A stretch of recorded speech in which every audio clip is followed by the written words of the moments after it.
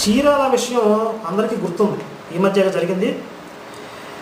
చీరాల విషయంలో వీడు ఎలా మాట్లాడాడు, ఇప్పుడు ఎలా మాట్లాడుతున్నాడు, ఈ రెండు ఒక్కసారి కంపేర్ చేసి చూడండి.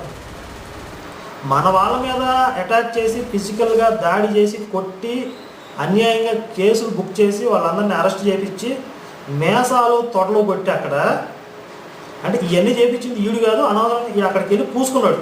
ఇది క్రెడిబిలిటీ అంతా నాకే రావాలి, క్రెడిట్ అంతా నేనే కొట్టేయాలి, శివశక్తి వాళ్ళని నేనే కొట్టాను, శివశక్తి వాళ్ళని మేమే కొట్టించాం, శివశక్తి మీద అటాక్ చేసామంటే క్రైస్తవ ప్రపంచంలో నాకు మంచి సపోర్ట్ వస్తుంది అని చెప్పి ఆ క్రెడిట్ కొట్టేద్దామని అక్కడికి వెళ్ళాడు.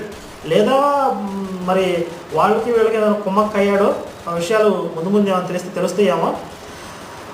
మొత్తానికి అక్కడికి వెళ్ళి మేసాలు తొడలు కొట్టి ఏం మాట్లాడాడో మీకు ఒకసారి వీడియో ప్లే చేసి చూపించాను, ఒక్కసారి చూద్దాం. మరి మీకు దెబ్బలు గట్టిగా